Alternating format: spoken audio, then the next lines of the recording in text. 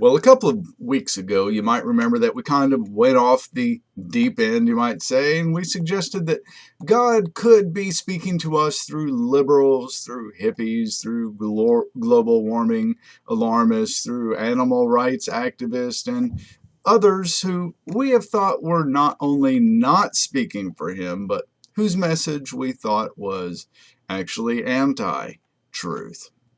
Now, after the service, I was asked the question by a good friend, so are cats immoral for eating mice? My answer, I must admit, was kind of lousy. But here's a better one. We were not talking about sin or not sin, heaven or hell, moral or immoral. You see, at times past, we have seen the world through a lens of fear, through a filter of judgment. While we in the church believe that we have been set free from sin, we still see everything through its lens. As I mentioned 2 weeks ago, it's not uncommon for people to react to something I say or share that suggests that, for example, compassion is better than slaughter, speaking of animals, of course, by getting upset because they think I'm judging them or telling them they're going to hell for eating flesh or suggesting they're less spiritual because they aren't vegan. You see, we still see the world through the veil of sin. And we sanitize it. We make it seem all clean and nice. We make the image of sin into something holy. But non-sin, which we say is holy, is dualistic, meaning that it requires its opposite. For every non-sin, there is a sin, and non-sin implies sin. If you are trying to not sin, then you are revealing a fear of sin, or you could say you are revealing that you are seeing your actions and life through the veil of sin. And that almost seems prudent, doesn't it? Well, for the one living in sin, a fear of sin could lead him or her to stop it, to seek freedom, to ask forgiveness, to desire cleansing. But I can say from many years of personal experience, it's not always that easy. In fact, in the past, I have nearly given up fighting personal sin in certain areas. Just maybe, seeing life through a lens colored and smeared with the image of sin just might not be the best way to be free from it. Perhaps. Fear, anxiety, failure, self-loathing. The sinful mind, abusing the mind for not being what it itself is not. Kind of like a murderer, killing someone because that someone is a murderer. And the killer being killed is the killer who is killing the killer. Anyway, we sit in the judge's chair, don't we? Passing judgment upon ourselves. Our verdict is often stern and severe, but often absolutely no change whatsoever comes about by our judgment. Why? Why not? Because we are not really free from sin. Instead, we are wearing it. And by wearing it, I mean it is the atmosphere through which we see life. We feel holy when we do or don't do this. We do this and we don't do that. Because this is not a sin, and that is a sin. So we see our thoughts, our actions, our attitudes. We see where we go, what we do, what we say. We see our past, our future, our story through sin and non-sin. And of course, non-sin is like seeing sin in a mirror reflection. Does any of this make sense yet?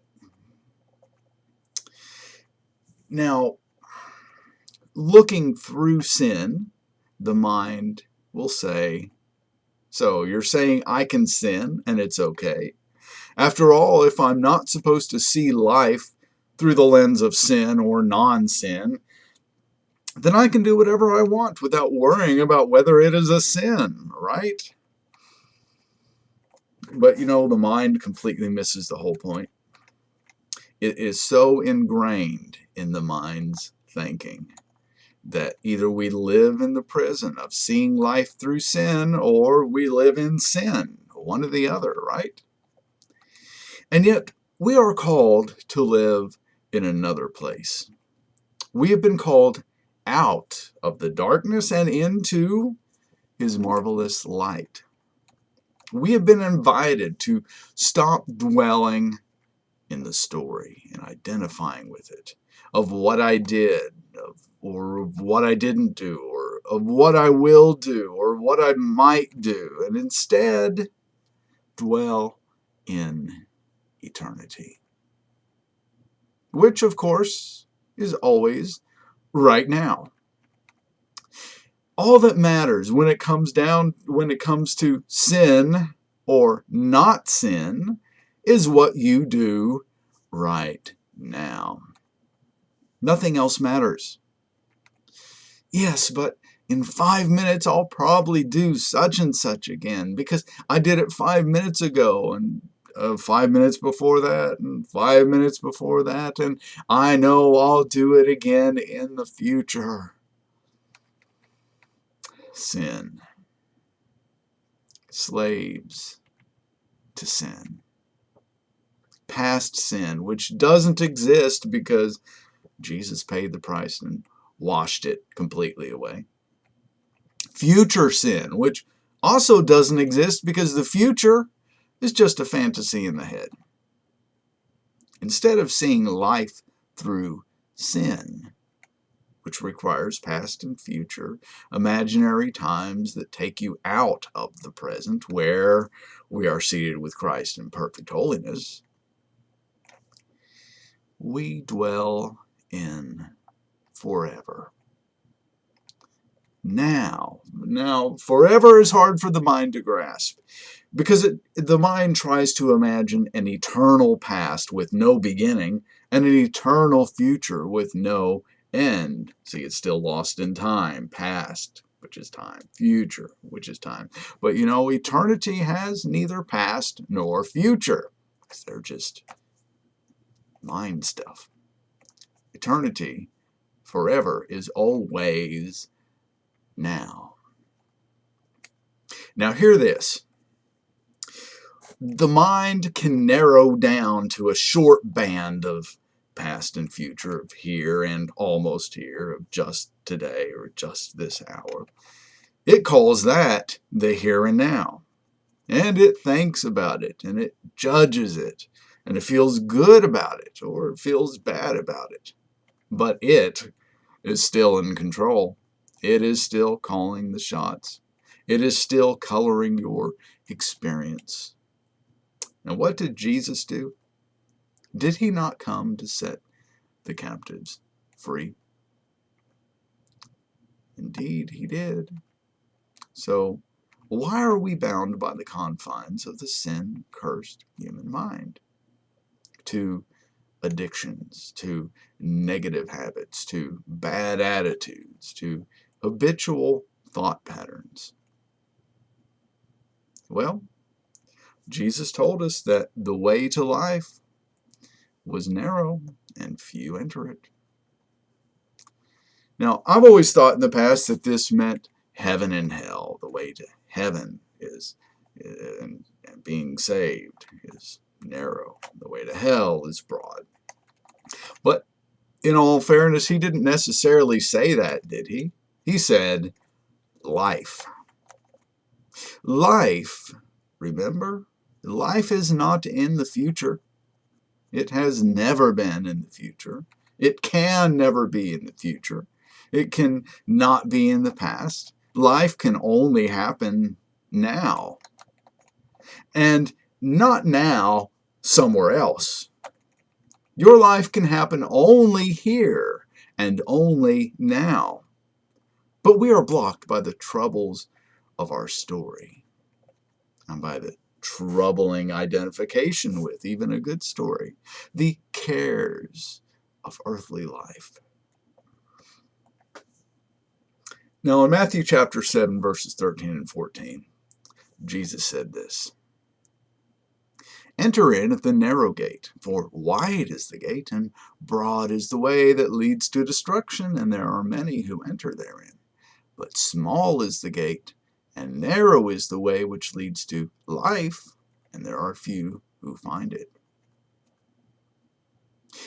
Now here's a little bit fuller version of Jesus' words, taking into account the meanings of the original language.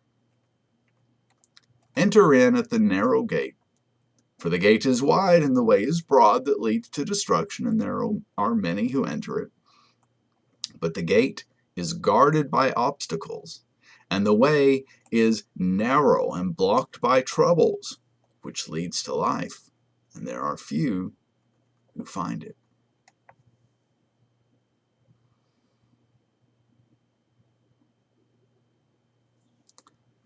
So it's very easy to not be here and now, fully dwelling in life, because the path to presence, the gate, is guarded by obstacles. So many obstacles. Just a few of them might be the obstacles of dwelling in past and future, or dwelling in the mind.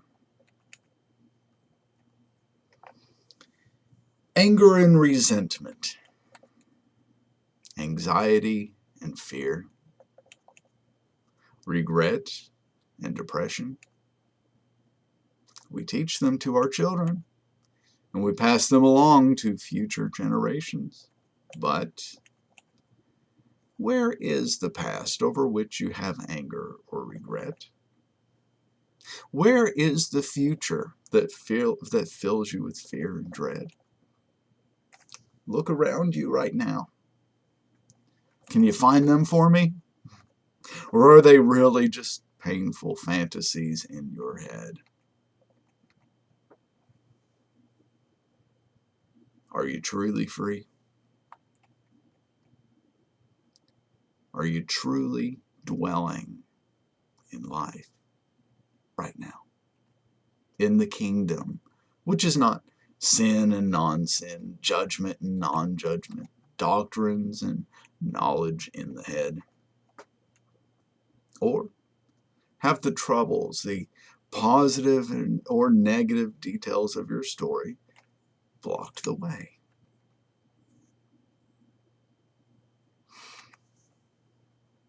You know, there are many, many, many things to which the mind becomes attached, so that by getting lost in it, we are unable to enter God's rest. And one of those things that blocks the way is sin. Not just doing things considered sin, but indwelling in the mindset in which you are constantly controlled and judged or justified based upon sin and not sin. And here's the thing. We know that the wages of sin is death, And you could also say the result or the fruit of sin is death. But God's free gift is what? Life. Free gift. You don't have to strive for it. You don't have to earn it. You don't have to judge yourself to enter into it. It just is. As you just are. You see, in this moment, in this place, what I do now, right here, is it life? It might be fun to hold your breath for a few seconds underwater, but you quickly desire to breathe, don't you? When you dwell as your home, when you dwell in life, in presence, using but free from the human mind, you want to breathe. You dwell in breath. Continuously holding your breath to practice sin is no longer a matter of judgment or justification, and you choose this day or this very moment in this action, no other action, just this one right here, right now, you choose life. So choose right here and right now whom you serve with this one action. Serve sin, or serve judgment and sin, or not sin, or serve and choose life.